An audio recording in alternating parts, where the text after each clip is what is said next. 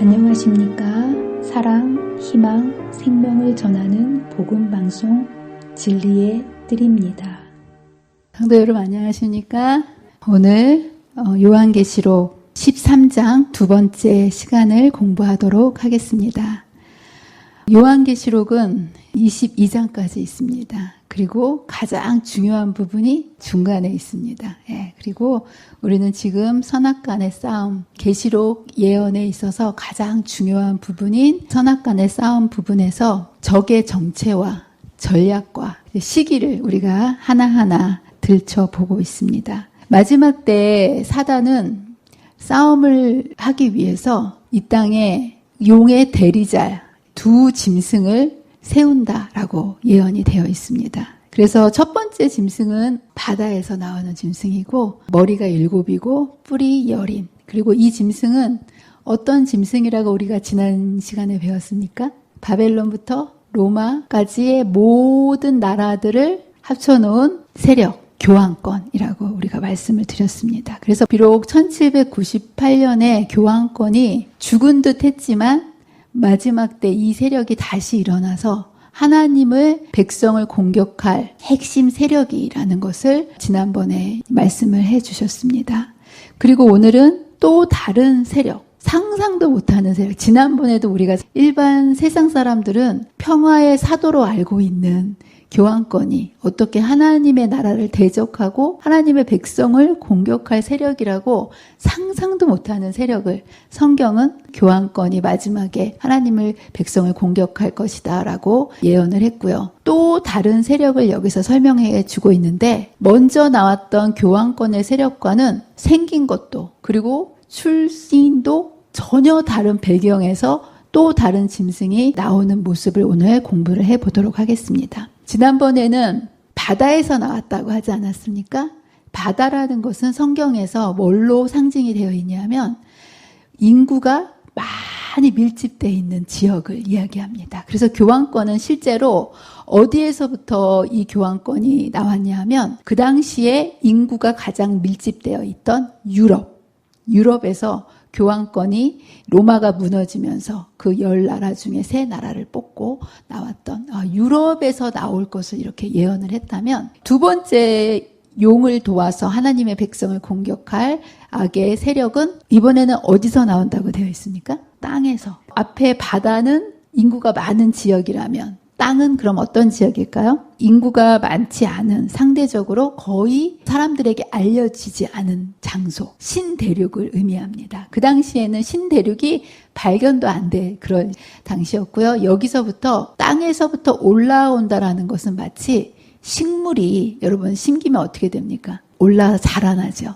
그런 것처럼 처음에는 아주 마치 식물이 떡잎을 이렇게 해가지고 조그맣게 자라나지만 이게 초목처럼 나중에는 쑥 크는 그런 모습으로 성장할 것을 땅에서 올라온다라는 표현을 하고 있고요. 땅에서 올라오는 이 두 번째 짐승, 땅에서 올라온다라고 얘기했고 모양이 어떤 모양입니까? 앞에서는 너무 무시무시한 짐승 아니었습니까? 근데 이번에 용을 도와서 하나님의 백성을 핍박할 세력이 두 번째 짐승은 앞에 있는 짐승과는 전혀 다른 모양도 달라요. 나오는 것도 다르지만 모양도 아주 짐승 중에서 제일 순딩이는 어떤 짐승입니까?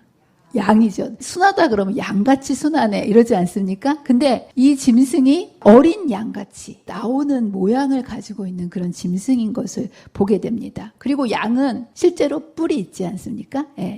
그런데 여기 어린 양 같다라는 표현은 건국 초기에는 기독교 정신을 가지고 자유의 여신상에 보면 이런 구절이 적혀 있다고 얘기합니다. 피곤한 사람들, 빈궁한 사람들, 자유를 구하는 무리들, 버림받고 가엾은 사람들을 나에게 주시오. 이런 데가 어디 있겠습니까? 다 오라는 거예요. 이렇게 양처럼 정말 선하고 순한 모습으로 처음에는 나타났던 그 나라를 이야기하고요. 뿔이 양이 있기 때문에 뿔이 있기는 있는데 첫 번째 짐승에는 머리가 7개 중에 뿔이 10개가 있는데 그 뿔마다 왕관이 있더라, 관이 있다라고 표현이 되어 있습니다. 근데 여기에는 뿔은 있는데 관이 없죠. 왕관은 뭐를 의미하냐 하면 왕권이 없는 나라는 거예요. 이 당시에 모든 나라는 왕이 다 다스리는 나라였는데 새로 나온 이 미국이란 나라는 왕이 없는 나라. 뿔이 두 개잖아요. 두 가지 특징이 있어요. 왕이 없는 나라. 그리고 또 하나 이 나라의 특징은 교황이 없는 나라.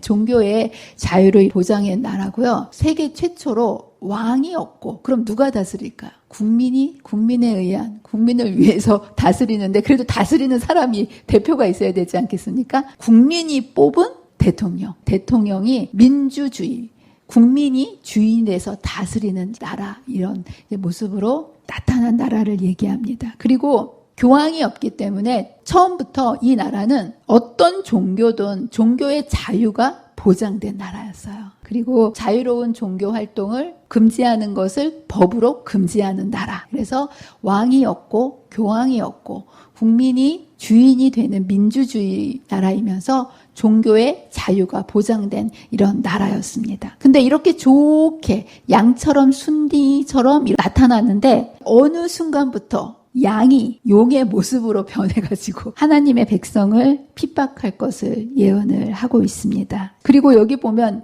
용처럼 말을 하더라. 이 말은요, 그 나라의 입법과 사법권의 권위를 행사하는 그런 모습을 말을 한다라고 여기서 표현을 해주고 있습니다. 그리고 이 나라가 먼저 나온 짐승의 모든 권세를 그 앞에서 행한다라는 표현을 하고 있는데요. 사실 로마 교회와 미국이란 나라는 서로 손을 잡을 수 있는 나라일까요? 아닐까요? 절대로 손을 잡으면 안 되는 나라입니다. 왜 그럴까요? 둘이 원수지간이에요. 미국이란 나라는 교황권의 핍박에 잡아 죽이려는 핍박 세력을 피해서 나와서 세운 나라가 미국이에요. 그러니까 죽이려는 세력과 도망가는 세력끼리 손을 잡을 수가 없죠. 처음부터. 그런데 이것이 상식적으로 이치가 맞지 않는 것이지만 이 예언이 우리 시대에 정확하게 성취되는 모습을 저와 여러분은 다 보셨죠? 그래서 이게 사실 중이 절이 싫으면 떠나잖아요. 그런데 다시 떠난 그 절을 합세하는 그런 모양새로 바다 짐승인 용이 권세를 교황권, 바다에서 나온 짐승에게만 준 것이 아니라 땅의 짐승에게 그 권세를 주어서 이 교황권을 지지하고 이 교황권을 온 사람들이 숭배하도록 하는 그러한 일을 맡아서 하는 모양을 보고 있습니다. 그래서 실제적으로 이 나라가 원수처럼 처음에는 등을 지고 있던 나라인데 서서히 이 나라가 서로 동맹을 하는 과정을 여기에서 보여주고 있습니다. 미국이란 나라가 1776년 7월 14일 날 독립을 했는데요. 교황권이 언제 멸망했습니까? 1798년. 그러니까 이 교황권이 미국이 이렇게 나왔을 무렵에는 교황권은 역사의 무대에서 사라지는, 둘이서 전혀 만날 것 같지 않은 세력이었는데, 지난번에 우리가 공부했지만 교황권이 1929년에 라테란 조약으로 인해서 죽게 되었던 상처가 나음에 다시 살아났다. 그리고 나서 본격적으로 미국과 동맹을 맺기 시작합니다. 그래서 절대로 다른 나라를 교황이 다 방문해도 사실 미국을 방문하면 벼락을 맞을 일이었는데, 최초로 교황 요한 바오로 2세가 1979년에 미국을 발을 받게 됩니다. 여러분들 교황 요한 바오로 2세라는 이름 들어보셨습니까? 안 들어보셨습니까? 저와 여러분의 세대에, 그리고 보셨죠? 다 보셨죠? 성경의 예언이 실제로 우리가 사는 시대에 눈앞에서 이루어진 모습을 보게 됐습니다. 이때 정말 깜짝 세계가 놀랬던 그런 일이었고요. 여기서 끝난 게 아니라 1982년 레이건과의 비밀 회견을 통해서 어떤 일이 이루어졌습니까? 소련이 무너지는 이 놀라운, 그래서 이 교황권이 세계의 역사와 지도를 바꿨다. 미국과 손을 잡고 일을 한 것을 보게 되고요. 그리고 여기에서 끝난 것이 아니라 1984년에는 어떤 일이 이루어졌습니까? 대사를 교환했어요. 그동안은 정식 수교가 되지 않았어요. 철천지 원수처럼 지냈던 나라였기 때문에. 그런데 1984년에 정식으로 대사가 교환됐고 정식 수교를 맺게 되는 모습을 보게 됩니다. 그리고 급속도로 이 미국이란 나라가 교환권을 지지하면서, 사실 교환권은요, 지난번에 말씀드렸죠. 3.3 제곱킬로미터, 아주 작은 경복궁 정도의 영토를 가진 인구 1000명이 안 되는 아주 작은 시국입니다. 군인이 있을까요?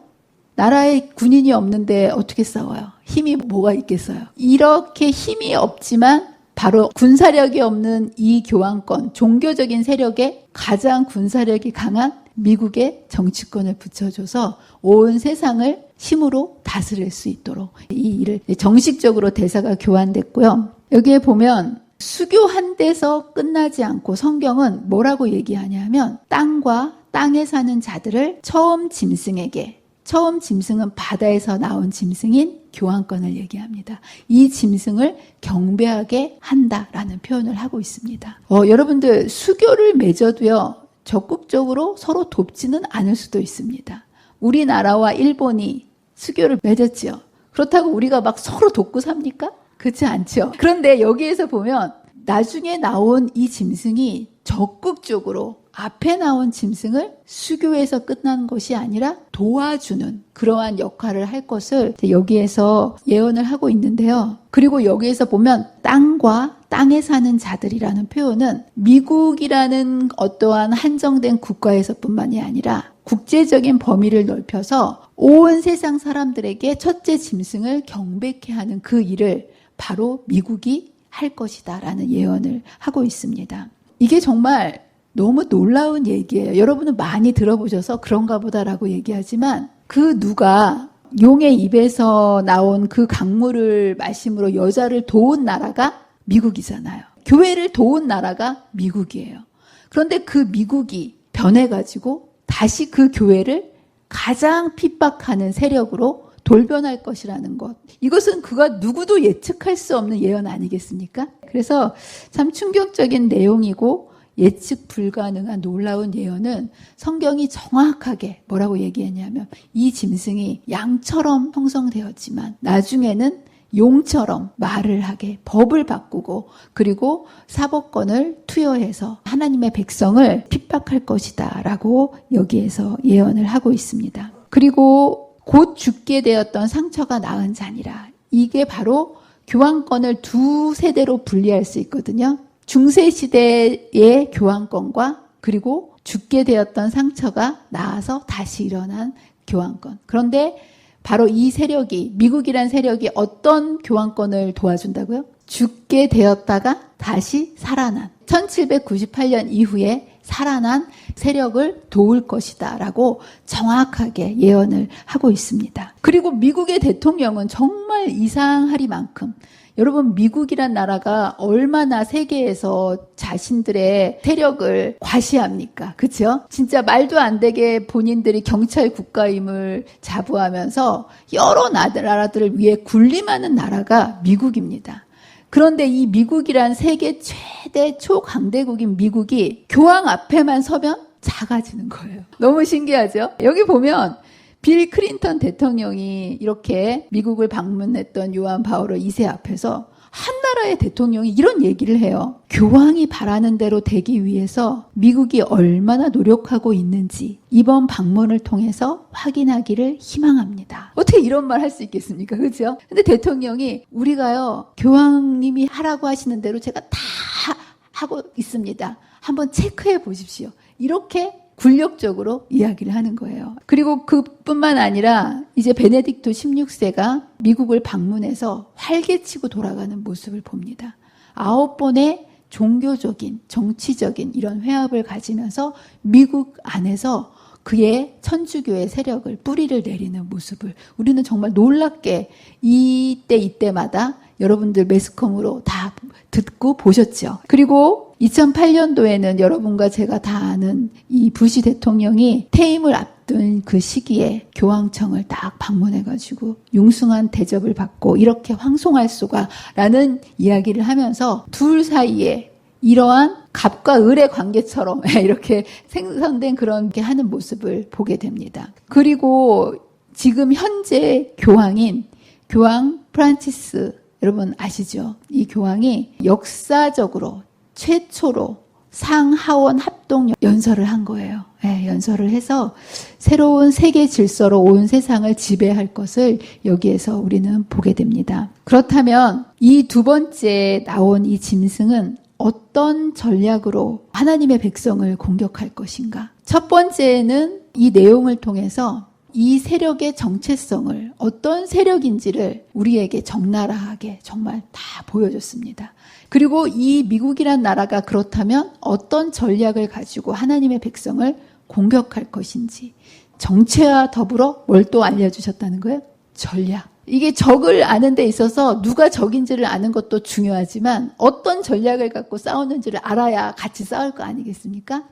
여기에 보면 이 두 번째 짐승은 큰 이적을 가지고 하나님의 백성을 공격할 것이라 얘기하면서 사람들 앞에서 불이 하늘로부터 땅에 내려오게 하는 강신술, 이러한 이적과 기사를 통해서 많은 사람들을 미혹시키고 하나님의 백성들을 공격할 수 있도록 그렇게 사람들을 미혹할 것을 이야기를 하고 있습니다. 여러분들, 불이 하늘에서 내려오는 것은 누가 하는 거죠? 하나님이 하시는 거예요. 그래서 솔로몬 낙선 시대 하늘에서 불이 내려왔죠. 또 엘리야가 갈멜산 위에서 제사를 드릴 때 불이 하늘에서 불기둥으로 내려왔습니다. 그리고 오순절에서도 성령이 불의 모습으로 임했죠. 그래서 불은, 하늘에서 불이 내리는 것은 하나님께서 하시는 건데 바로 이 세력이 뭐를 흉내낸다는 거예요? 하나님이 하시는 이 강신, 이게 하늘에서 신이 내리는 그 모습, 이런 이적들을 하는 목적은 뭘까요? 과시하기 위한 걸까요?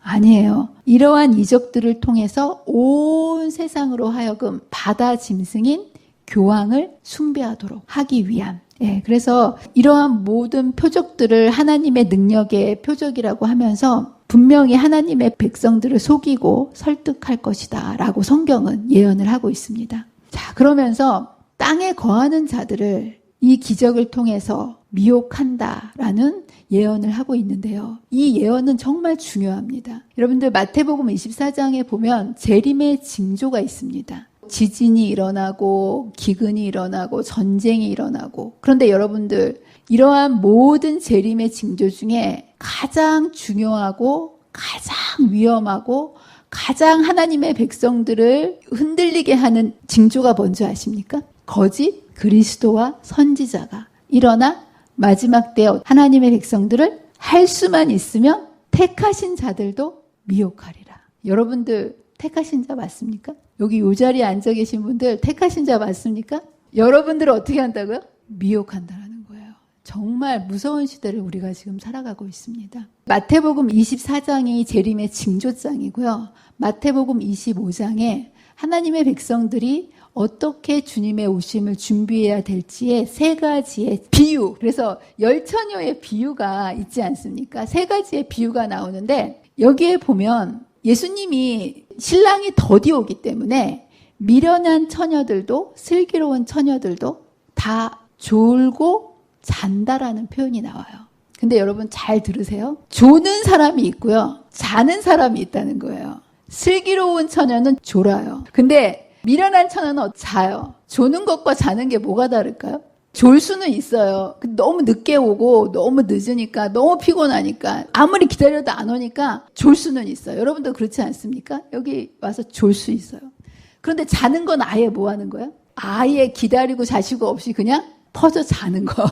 이거 여러분들은 신앙을 할 때 조는 거는 어떻게 해요? 그래도 귀에서 들으면서 안 졸려고 하는데 자꾸 졸리는 건 어쩔 수 없어요. 그러니까 우리가 재림을 기다리면서 예수님이 늦게 오기 때문에 어쩔 수 없이 졸 수는 있다는 거예요. 근데 자면은 안 된다는 거예요. 근데 자꾸만 졸면서도 일어나려고 하고 꼬집기도 하고 자꾸 재림을 기다리면서도 졸 수는 있다는 거예요. 근데 여기에 보면 신랑이로다라는 음성이 들렸을 때 졸았던 잤던 사람들이 다 깨어나게 되어 있어요. 그런데 문제는 여기에서 운명이 달라집니다. 그리고 이 운명이 뭘로 달라집니까? 기름이 있느냐 없느냐. 그렇죠? 기름이 떨어졌어. 자던 사람들은 기름이 떨어졌고 졸던 사람은 기름이 있다는 거예요. 그런데요, 여기에 보면 기름을 좀 나눠달라고 합니다. 예수님의 재림이 가까운 징조 때문에 화들짝 놀라서 깨고 난 다음에요. 기름을 나눠달라고 해요. 그랬더니 슬기 있는 사람들이 나눠줄 수가 없다. 가서 차라리 장터에 가서 사라. 이렇게 욕을 합니다. 이 슬기로운 처녀들이 굉장히 이기적인 겁니까? 여러분 같으면 나눠줄 것 같으세요? 여기에서 왜 가서 사라고 하냐면 성령은요. 나눠줄 수가 있는 게 아니에요. 이 성령이라는 건 사고 팔 수 있는 게 아니라는 거예요. 그래서 내가 말씀을 듣고 그 말씀이 내 안에서 이러한 생명수로 내 안에 이렇게 변하시는 그 성령의 역사를 얘기하고 있는데요. 사도행전에 보면 마술사 시몬이 성령의 권능을 막 일으키는 것을 보고 돈을 주고 나도 좀 삽시다 했을 때 베드로한테 호되게 견책을 받지 않았습니까? 성령은 사고 파는 게 아니라는 거예요. 근데 여기 보면 나중에 이 미련한 처녀들이 기름을 샀어요? 못 샀어요? 기름을 사가지고 가보니까 문이 닫혔다 그랬죠. 그러면 이 사람들이 산 기름은 어떤 기름일까요? 진짜 기름일까요? 가짜 기름일까요? 가짜 기름. 기름은 사고 파는 게 아니라는 거예요. 그런데 마지막 때 교회 안에서 이러한 가짜 기름을 사단이 하나님의 백성으로 하여금 진짜 기름처럼 속여서 사는 일을 하게 만든다는 거예요. 그래서 이 기름을 진짜 기름이라고 사서 착각하면서 이렇게 마지막 때 이루어지는 여러 가지 기적과 이러한 것들을 보면서 뭐라고 생각한다는 거예요? 성령의 역사다. 정말 이 거짓 경건의 부흥이 마지막 때가 되면 될수록 특별히 일요일 휴업령이 떨어지려고 하는 마지막 여러분 일요일 휴업령이 딱 떨어지면 눈이 번쩍 뜰까 안 떨어질까요? 뜨이겠죠. 그럴 때 내가 깨어났어. 그런데 문제는 뭐가 없을 수 있다는 거예요? 성령의 기름이 없다. 그 기름을 찾고자 여기저기 다니면서 사단이 파는 가짜 기름으로 거짓 부흥에 미혹될 수 있다는 거. 여러분 그럼 지금 이 기름을 언제 우리가 채워놔야 될까요? 저와 여러분이 지금 날마다 여러분의 등에 그 기름을 채우지 않으면 정말 마지막 때 사단이 보내는 악한 영과 거짓 선지자들에 의해서 이 잘못된 기름으로 인해 가지고 예수님의 재림을 맞이할 수 없는 그런 슬픈 현실에 도달할 수 있다라는 사실을 여러분 기억하시면서 저와 여러분들이 기름 파는 사람들을 찾아 쫓아다니지 마시고요. 여러분의 날마다의 삶에서 말씀을 피고 성령의 역사를 구하시면서 여러분의 마음에 그르게 하나님의 진리의 성령을 가득 채우게 되시는 저와 여러분이 되시기를 간절히 바랍니다. 예, 이것을 하지 않으면요. 이렇게 되는 거예요. 악한 자의 나타남은 사단의 활동을 따라 모든 능력과 표적과 거짓 기적. 예. 그래서 지금요, 막 신유의 기적들, 또 방언의 기적들, 이런 것들을 보고 사람들이 막 몰려다니지 않습니까? 여러분, 이런 것들이 불의의 속임으로 멸망을 하는 자들에게 있으리니, 이는 그들이 진리의 사랑을 받지 아니하여 구원을 함을 받지 못함이라. 예. 여러분들이 진짜 기름, 정말 진리의 말씀으로 여러분을 채우지 않으면 택하신 자라도 미혹 당할 수 있는 그러한 위험한 시대를 살아가고 있다는 사실을 여러분 기억하시면서 날마다 진리의 영인 성령께 진리의 말씀 위에 세워달라고 간구하게 되시기를 간절히 바랍니다. 두 번째는요. 짐승의 우상을 만든다라고 이야기하고 있습니다. 이 짐승의 우상이라는 게 뭡니까, 여러분? 우상이 뭐예요? 우상은 동상 같은 그래서 짐승을 닮은 어떤 모양을 가진 어떤 것을 만드는데요. 이것은 짐승의 우상. 짐승은 종교적 세력입니까? 정치적 세력입니까? 짐승, 앞에 있었던 짐승의 우상. 교황이 종교적 세력이죠. 예. 그런데 그러면 짐승의 우상은 정치적 세력일까요? 짐승의 우상이니까 종교적 세력일까요? 짐승을 닮았다는 거예요. 종교적 세력. 미국이란 나라가 정치력을 가지고 어떻게 도와주냐 하면 짐승의 우상, 짐승처럼 종교적인 모양을 가지고 도와주는 어떠한 세력을 만들 것을 여기에서 예언을 하고 있습니다. 그래서 여기에 보면 미국에 있는 교회들이 종교개혁의 참 정신을 잃어버리고 다른 이들에게 자신들의 가르침을 강요하기 위해 정부와 손을 잡을 때 생겨날 배도한 종교 형태를 표상한다. 그래서 미국이라는 세력이 어떤 세력을 만들어낼 거라는 거예요? 종교적인 어떤 세력을. 그래서 우상을 만들라라는 표현은 우상은 비슷한 모습, 동상. 여러분 이순신 장군 동상 이러면 누구를 닮게 만들어 놓은 거예요? 이순신 장군. 짐승의 우상 그럼 뭘 닮게 만들어 놓은 거예요? 짐승. 그러니까 이 교황권, 그러니까 교황의 종교적인 그런 모습을 닮은 이 세력. 바로 여기에 보면 배교한 개신교 단체들을 나타낸다라고 대쟁투에 보면 말씀을 하고 있고요. 실제적으로 미국에는 막강한 정치 세력을 가진 개신교 단체들이 존재합니다. 바로 이러한 세력들인데요. 1989년에 기독교인 연합이라는 이런 세력이 이렇게 만들어졌는데요. 미국 최대의 보수주의 유권자 단체로서 여기에서 기독교 정신이 반영된 그러한 정책들을 대신 이렇게 제시하면서 대통령 선거나 모든 단위의 선거들의 입김을 불어넣는 단체가 바로 이 기독교 연합입니다. 그래서 여러분들 여기에서 어떻게 정치인들이 손을 잡느냐에 따라서 대통령에 당선되느냐 되지 않느냐를 좌지우지하는 막강한 정치 세력이라는 거예요. 종교 세력이지만 정치권을 행사하는 세력. 그래서 여러분들 2000년, 2004년 부시를 밀어가지고 대통령에 당선시켰던 세력이 바로 이 세력입니다. 그리고 여러분도 잘 알고 있는 트럼프 대통령의 당선에도 큰 영향을 미쳤던 세력이 바로 이 세력이고요. 또 한 가지의 세력이 기독교교회 연합운동인데요. 여기도 2001년에 만들어져서 40개의 기독교 종파 플러스 천주교까지 합세해서 여기에서 기독교적인 방향으로 나라를 바꾸기 위해서 주일 성수운동에 앞장서고 있는 그러한 기독교 연합 단체입니다. 이런 단체들이 지금 미국의 굉장히 정치 세력으로 나타나고 지금 활동하고 있습니다. 이건 NCC인데요. 이 미국의 10만여 교회와 3천만 명 이상의 회원. 그러면 이 사람들이 다 유권자들 아니겠습니까? 여러분 3천만 명이면 얼마나 어마어마한 세력인지 아시겠죠? 예. 앞에 이런 세력들이 미국에 있어서 이러한 것들을 다 지하는 그런 세력으로 지금 기독교 연합 세력들이 일어나고 있고 그 외에도 이러한 세력들이 결성돼서 정치권에 압력을 가하는 세력이 등장할 것이다 라고 예언을 했고 실제적으로 그런 세력들이 지금 미국 정치를 주도하고 있다는 거예요. 참 놀랍죠? 네. 자, 그러면서 이 세력이 우상화 작업에 들어갑니다. 그래서 여기서 보면 생기를 주어 세웠다라는 2단계 표현이 나오는데요. 생기를 주었다라는 것은 뭘까요? 실제적으로 우상은요, 그냥 가만히 있으면 힘이 없어요. 그죠? 이순신 장군 동상이 가만히 있으면 무슨 영향을 끼치겠습니까? 근데 여기에 보면 생기를 부어 넣었다. 실제적인 어떠한 세력을 용이 그에게 불어 넣음으로 세력을 가지고 움직일 것을 여기서 예언을 하고 있습니다.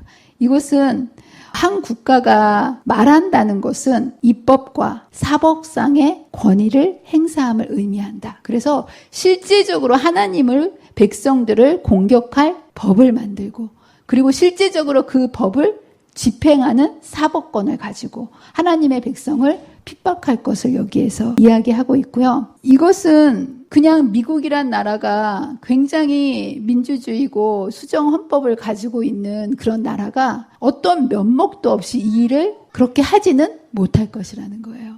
그런데 어떻게 이 백주대낮에 이러한 평화를 주장하는 미국이란 나라가 이렇게 하나님의 백성을 공격할 명분을 갖게 될까요?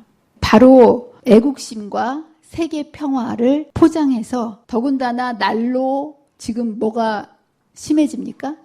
천재지변과 자원 고갈과 경제 공황과 식량 파독 그리고 정말 문제되는 게 미국의 도덕적인 타락, 범죄가 말도 못하게 지금 무섭게 일어나고 있다는 거예요. 그래서 캘리포니아나 샌프란시스코 같은 그러한 주요 도시들이요. 지금 사람들이 빠져나가고 있어요. 왜냐?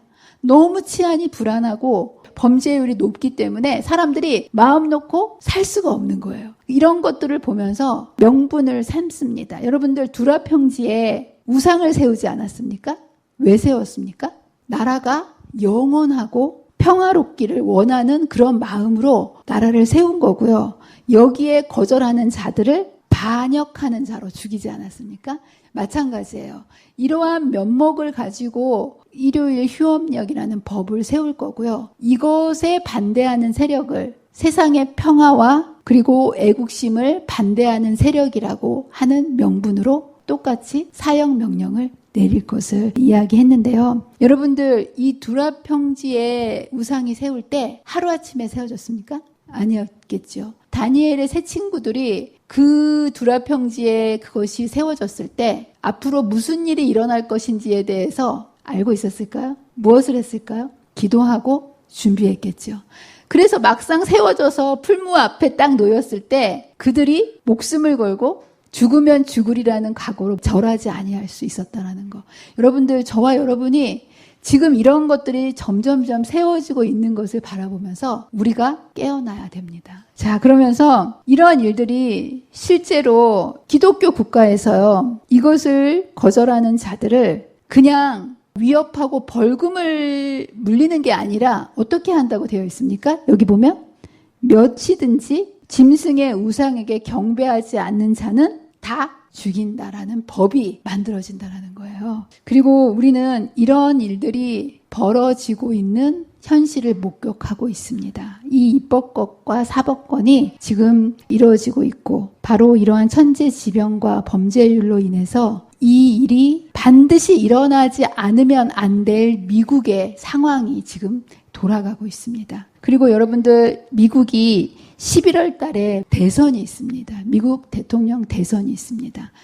여기에서 민주당이 있고 공화당이 있지 않습니까? 그런데 기독교 단체들의 적극적인 지지를 받는 정당은 어떤 정당일까요? 공화당일까요? 민주당일까요? 공화당입니다. 공화당. 트럼프는 공화당입니다. 그리고 실제적으로 트럼프가 그 기독교인들의 모든 표를 다 표심을 잡기 위해서 이러한 공약들을 내세우고 있습니다. 뭐라고 얘기합니까? 나는 공립학교, 사립학교, 다른 공공장소 등에서 10계명이 있기를 원한다. 본인이 이것을 세우겠다라고 공약을 하면서 기독교인들에게 투표에 나서달라고 이렇게 요청을 하고 있고요. 그리고 실제적으로 최신 여론조사에 의하면 개신교인들의 4분의 3, 이 누구를 지지한다고 되어 있습니까? 예, 공화당인 트럼프 대통령을 이렇게 지지하는 것으로 우리는 뉴스에서나 우리 현실 속에서 이러한 일들이 그대로 이루어지는 모습을 보게 됩니다. 여러분들, 정말 저와 여러분은요, 예언의 마지막 예언이 우리의 눈앞에서 성취되는 너무나 급박하고 중요한 시기를 살아가고 있습니다. 지금 이 일들이요, 저와 여러분의 시대에서 성취되는 모습을 목격할 거예요. 이런 일들이 여러분 일어나면 어떻게 해야 되겠습니까? 예수님의 이제 재림의 징조가, 마지막 징조가 이제 성취될 건데요. 좋습니까? 두렵습니까? 좋다는 분 손 들어보세요. 자신 있게 드세요. 이렇게 드지 마시고. 좀 무섭다. 나머지는 뭡니까? 네, 이렇게 양쪽이에요. 여러분들, 이 예언을 주신 목적은요, 두려워하라고 주신 게 아니겠죠. 우리가 적을 알고 나를 알고 이것을 위해서 준비하라는 거. 어떻게 준비해야 되는가? 너무나 간단합니다. 우리가 이런 미혹해하는 영들이 난무하는 시대에 우리가 거기에 미혹되면 안 돼요. 이러한 여러 가지 미혹해하는 이 영들 속에서 백성이 자기 하나님께 구할 것이 아니냐, 산자를 위하여 죽은 자에게 구하겠느냐. 여러분들, 이 강신술 이런 것들 죽은 자에게 구하는 거거든요. 우리가 그러한 어떠한 영적인 강신술이나 이러한 존재들을 찾아다녔고 가짜 영에 미혹될 것이 아니라 누구한테 가야 된다는 거예요? 하나님의 말씀. 예. 그러면서 마땅히 율법과 증거의 말씀을 따를지니 그들의 말하는 바가 이 말씀에 맞지 아니하면 그들이 정녕 아침빛을 보지 못하고. 우리가 마지막이 될수록 우리의 신앙을 어디다 세워야 되겠습니까? 기적과 어떤 표적과 이적, 눈에 보이는 이런 것들에다 세울 게 아니라 진리의 말씀 위에다 여러분의 신앙을 굳게 세우셔야 됩니다. 여기에 이런 말씀이 있습니다. 우리는 진리가 무엇인지 알기 위하여 열심을 기울여야 한다. 여러분들 열심을 기울이고 계십니까? 예, 하나님께서 당신의 말씀 가운데 기록되도록 하신 모든 교훈들은 우리를 경고하시고 교훈하시기 위한 것이다. 그것들은 우리를 기반으로부터 구원하시기 위하여 주어진 것이다. 그것들을 무시하면 우리 자신에게 멸망을 초래할 것이다. 작은 것 하나라도 하나님의 말씀의 원칙에 따라 순종하는 것. 하나님의 말씀을 내 생명보다 더 귀하게 여기는 것. 정말 중요합니다. 자, 그런데 이 진리를 혼자서 사수하는 게 쉽습니까? 어렵습니까? 해본 사람은 어려워요. 안 해본 사람은 글쎄요, 그런데 해본 사람은 말씀대로 살려고 해본 사람은 이게 어렵고 불가능하다는 걸 알 거예요. 여러분들 눈을 뜨면 스마트폰을 보십니까? 아니면 말씀을 펴십니까? 자동이야. 애고 어른이고 막 스마트폰 저절로 노력 안 해도 그렇죠? 예. 길을 가다가 차를 타고 가다가도 말씀을 외우게 됩니까? 아니면 스마트폰을 보게 됩니까? 스마트폰 보게 되죠. 말씀을 진리를 사수한다는 게 정말 어려운 일입니다. 그런데 하나님께서 우리에게 이런 것을 살수할 수 있는 방법을 주셨어요. 그게 바로 교회라는 방어막입니다. 교회. 예. 그래서 하나님께서는 우리를 그냥 내버려 두신 게 아니고요. 하나님께서는 그대가 그들에 의하여 도움을 받을 수 있도록 하기 위해서 당신의 교회 안에 친히 임명하신 도움들과 더불어 연결될 수 있는 곳에 그대를 놓으셨다. 교회를 우리에게 주셨다는 거예요. 감사합니까? 아멘입니다. 그러면서 여기 보면 사단은 굉장히 교활하기 때문에 우리가 영들을 분별할 수 없지만 하나님께서는 그대를 도울 수 있도록 당신의 교회에 그대를 연결시켜 주셨다라고 약속해 주셨습니다. 마지막 때가 될수록 교회 안에 붙어 있어야 됩니다. 다음 말씀은요. 하나님께서는 교회를 빛의 통로로 삼으셨으며 이를 통하여 당신의 목적과 당신의 뜻을 전달하신다. 그분께서는 어떤 한 사람에게 교회와는 독립된 어떤 체험을 주지 않으신다. 그분께서는 교회의 몸인 교회를 흑암 속에 내버려 두시면서 교회를 위해 당신의 뜻에 대한 지식을 어떤 한 사람에게 주시지 않는다라고 분명히 말씀해 주고 있습니다. 그래서 교회가 다 썩었다. 바벨론에서 나와야 된다. 어떤 분의 말씀을 들으러 가야 된다. 안 된다는 거. 여기 분명은 어떤 당신의 뜻에 대한 지식을 어떤 한 사람에게 주시지 않고 교회를 통해서 말씀하시고 교회를 통해서 우리를 보호하신다라고 약속이 되어 있습니다. 예. 그래서 우리가 할 일은요. 딱 이거예요. 서로 돌아보고 사랑과 선행을 격려하며 모이기를 패하는 어떤 사람들의 습관과 같이 하지 말고 오직 권하여 그날이 가까움을 볼수록 더욱 그리하자. 이것이 우리가 마지막 때까지 떨어져 나가지 않고 끝까지 믿음의 경주를 나갈 수 있도록 주님께서 우리에게 말씀해 주신 것입니다. 2년 전에 한 여청년이 남자친구를 데리고 왔어요. 제가 이름은 얘기하지 않지만 여러분은 아마 다 아실 거예요. 예. 이 친구는요, 종교적인 배경이 전혀 없는 친구였고요. 무교였어요. 무교. 그런데 이런 친구의 입장에서는 종교는 자유니까 자기는 여자친구가 종교를 갖고 신앙을 갖는 걸 반대하지 않는데 자기 여자친구 집에서 자기가 교인이 아니라고 결혼을 반대한다라는 거를 듣고 정말 이해가 안 돼가지고요.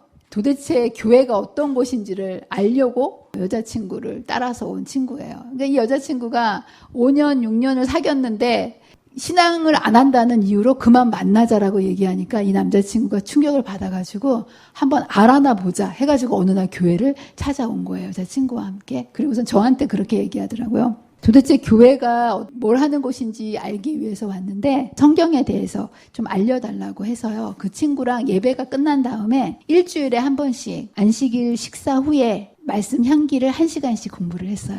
그리고 20주 동안에 한 5개월 동안 성경을 공부를 하고 나니까 하나님에 대해서 조금 알기 시작한 거예요. 그러니까 이 친구의 마음속에 하나님에 대한 믿음이 조금씩 싹트기 시작했어요. 그래서 이제 끝나고 나서 그 다음에 뭘 했으면 좋겠습니까? 물어봤더니 다니엘서를 공부하고 싶다는 거예요. 다니엘서? 제가 깜짝 놀랐어요. 이 친구가 이 어려운 다니엘서를 어떻게 하려고 하나. 그래서 제가 이제 이 다니엘서를 공부를 하면서 쉽게 매일매일 제자훈련식으로 해야 되겠다라고 생각을 하고 강목을 만드는 과정에 이 친구 혼자만 하면 너무 아까우니까 다른 친구들도 모아보자. 그래서 또 다른 여자친구 따라온 친구들을 2명을 더 포섭하고 또 저기 앉아있는 우리 친구를 해가지고 4명을 남청년들 4명을 모아가지고 다니엘서를 공부하기 시작했어요. 그런데 이제 전에는 일주일에 한 번씩 와서 공부했는데 매일매일 제자훈련 하듯이 월화수목금을 매일매일 숙제를 내주니까 여러분들도 매일 성경 읽는 게 쉽지 않잖아요. 습관이 안 되면. 그런데 이 친구들은 한 번도 이런 걸 해본지 않았는데 이걸 하려니까 처음에는 굉장히 힘들어 하더라고요. 그런데 3주 정도가 지나니까 습관이 되잖아요. 조금씩 이 청년들이 변하는 거예요. 그러면서 뭐라고 얘기를 하냐면 말씀을 보고 하루를 시작하면 왠지 모르게 하루가 잘 풀린다는 거예요. 잘 풀리고 생활이 이렇게 정돈이 잘 되는 느낌. 그래서 이 청년들이 정말 그 6개월 동안 한 번도 빼놓지 않고 매일매일 숙제를 올리기 시작했어요. 그리고 한 명도 낙오된 사람이 없고 신기하게 청년들이 그래도 배운 청년들이니까 역사를 알지 않습니까? 그 역사가 예언으로 성취되는 그 예언에 있는 것이 역사에 성취되는 모습을 보면서 다니엘을 굉장히 신기해하면서 공부를 했습니다. 그리고 침례를 목적으로 시작한 공부는 아니었어요. 그런데 4개월이 지났을 때 그 여자친구 따라왔던 그 청년이 침례를 결심하게 됐어요. 그래서 그 재림 연수원에 갔을 때 자기 여자친구가 거기서 침례를 받았으니까 자기도 거기서 받고 싶다. 그래가지고 여러분 다 참석하셨죠? 그 친구가 침례를 받고 나머지 그 남자 2청년, 여자친구 따라왔던 그 청년도 다니엘서가 끝나는 그 다음 주였던 올해 첫 번째 안식일에 2명의 청년이 침례 받는 모습을 여러분들이 보셨어요. 제가 그날 남자 청년들이 눈물을 흘리는 모습을 보면서 정말 뭉클 제 가슴 속에 감동이 오더라고요. 그래서 이제 다니엘서가 끝났기 때문에 이제는 청년반으로 돌아가라. 그랬더니 이 청년들이 안 된다는 거예요. 더 공부하고 싶다는 거예요. 자기네들이 이제 이렇게 매일매일 하는 게 익숙해서 이걸 안 하면 이상하다는 거예요. 그래서 그러면 뭘 할래? 그랬더니 정해가지고 의논해갖고 갖고 오라고 했더니 기본교리 28을 정해가지고 왔어요. 혹시 여러분 기본교리 28을 교회 여태 다니면서 공부해 본 적 있으십니까? 이렇게 두꺼워요. 저는 깜짝 놀랐어요. 딱 펴는 순간 공부하기가 싫더라고요. 너무 글씨가 많고 이래가지고. 근데 그 청년들이 그걸 알려달라는 거예요. 그래서 그 내용을 가지고 28주 동안 매일 공부를 하기 시작했어요. 정말 성령께서 함께 해주신 거죠. 인간의 힘으로 한 게 아니죠. 그러면서 28주 동안 성경을 통해서 하나님에 대해서, 이 교회에 대해서 깊이 알면서 이 청년들의 믿음이 뿌리가 내리기 시작했어요. 그러면서 우리 귀한 청년이 어린이들을 가르치고 개척대 부대장하고 또 그 힘든 어르신들 셔틀을 도와주는 일들을 제 자원해서 하고, 새로 들어온 그 청년들 있잖아요. 이 청년들은 뭐랄까요? 이 청년들이 이래서는 안 되겠다. 기존의 모태교인 청년들도 함께 이 말씀의 불길을 붙여야 되겠다라고 해가지고요. 8월 초부터요. 매일매일 저녁 8시 반에 온라인으로 말씀 묵상 모임을 이 청년들이 주도해가지고 지금 하고 있어요. 정말 놀랍지 않습니까? 여러분들, 마지막 시대에 우리의 신앙이 흔들리지 않고 진리의 뿌리를 내릴 수 있는 방법은요, 복잡하고 어려운 방법이 아니에요. 이 방법이에요. 오직 오늘이라 일컫는 동안에 매일 피차 권면하여 너희 중에 누구든지 죄의 유혹으로부터 완고하게 되지 않도록 하라. 자, 여러분들, 여러분의 소그룹에서 서로 함께 돌아보고 권면하고 이러한 일들을 통해서, 이게 정말 단순한 일이지만 매일 반복되는 일에서 별거 아닌 것 같지만 여러분은 이런 일들을 통해서 진짜 기름인 성령을 여러분의 등에 채우는 일을 매일매일 하는 일이라는 거. 그리고 이러한 성령의 능력으로 우리가 마지막 사업을 잘 감당하고 주님이 오시는 그날 기쁨으로 우리 모두가 주님을 맞이할 수 있는 슬기로운 처녀의 삶을 살게 되시는 저와 여러분이 되시기를 간절히 바라면서 말씀을 마치도록 하겠습니다. 기도하겠습니다. 사랑과 은혜가 많으신 하나님 아버지, 오늘도 예언의 말씀을 통하여 마지막 때 하나님의 백성을 공격할 세력의 정체와 전략들을 알려주시며 우리가 어떻게 이 세력들을 대적할 수 있는지 말씀을 통하여 가르쳐 주시니 감사합니다. 우리가 진짜 기름인 성령 충만한 삶을 살기를 원합니다. 마지막 때 성령의 역사가 없이 우리가 어떻게 이 세력과 대적하여 싸울 수 있겠습니까? 오직 오늘이라 일컫는 동안에 매일 피차 권면하는 일들이 우리의 소그룹에서 이루어지게 해주시고 서로를 돌아보고 사랑으로 권면하며 주님 오시는 그날까지 믿음에 굳게 서서 주님의 사역을 감당하다가 기쁨으로 주님을 맞이할 수 있는 우리 모두가 되도록 주님의 강한 손으로 우리를 붙잡아 주시기를 사랑과 은혜가 많으신 예수님의 이름으로 간절히 기도합니다.